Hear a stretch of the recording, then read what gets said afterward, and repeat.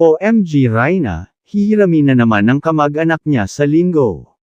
At ipasyal na naman siya, sino na naman ang kasama nito? At VNC papatayuan ng nasa halos 3 milyon ang halaga ng pabahay. At Ate Edna marami na daw ang kumalas at nag-unsubscribe sa kanya. At Kuya Val hinahamon ang mga bashers, na magbibigay ng patunay na wasak na ang Kalingap community. Ito ay ang pag-uusapan natin ngayon, mga Kalingap. Pero bago ko umpisahan, ay isang mapagpalang araw mga Kalingap.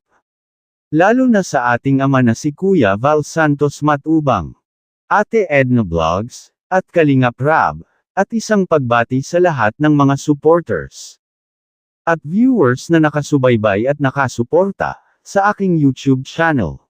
At disclaimer lang po, ay ang ginawang kong reaction video ay hindi namin kayo pinilit na ito ay paniwalaan, at may kalayaan po kayong hindi ito bibigyan ng pansin.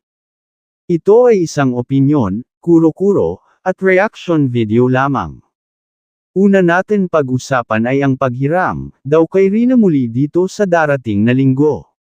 At ang nakakapagtaka dito, ay balita nga natin na pamilya pa rin ni Rina ang hihiram sa kanya. At taliwas na naman ito sa mga nakaraan dahil si Ate Melanie kasi ang nanghiram dito. Pero ngayon kasi sa darating na linggo, ay ang pamilya naman niya. Hindi lang tiyak kung kasama ba dito si Lolo Nestor niya. Minsan na kasi talagang sinabi ni Lolo Nestor na namiss na nga niya ang kanyang apo. Na alam naman natin na siya ang nagpapalaki at nag-aalaga kay Rina simula pa.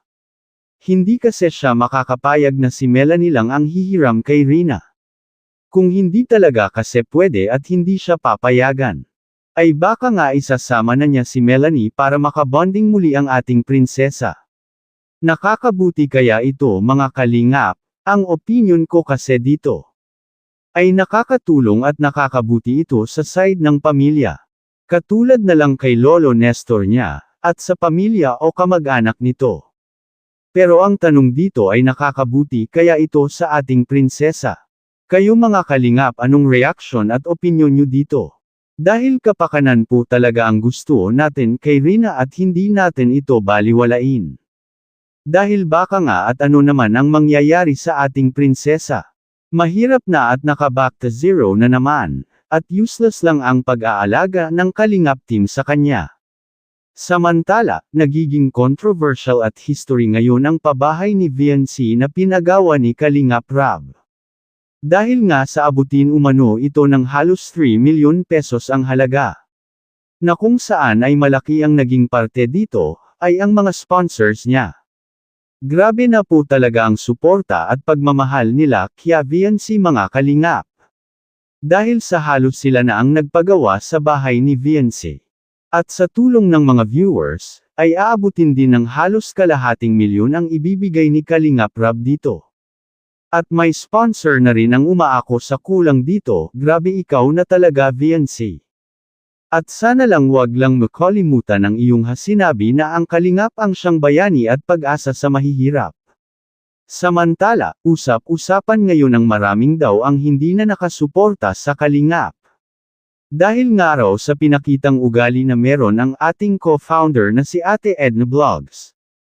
At kahit si Kuya Val ay naibash na rin, at may magkomento dito na laos at wasak na nga raw ang team na ito.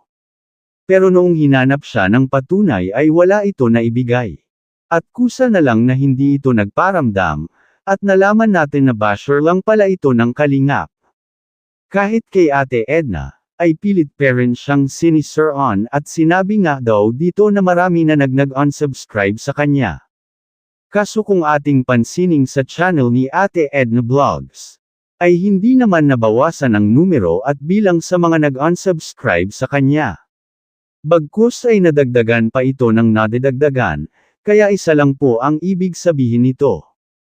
Isang fake news lang po ito mga Kalingap, kayo mga Kalingap, sana ay magbigay kayo ng inyong komento, reaksyon, at suhestyon para ating malaman ang inyong saloobin at damdamin, para may parating natin sa Kalingap team at magawa ng aksyon ang ganitong sitwasyon.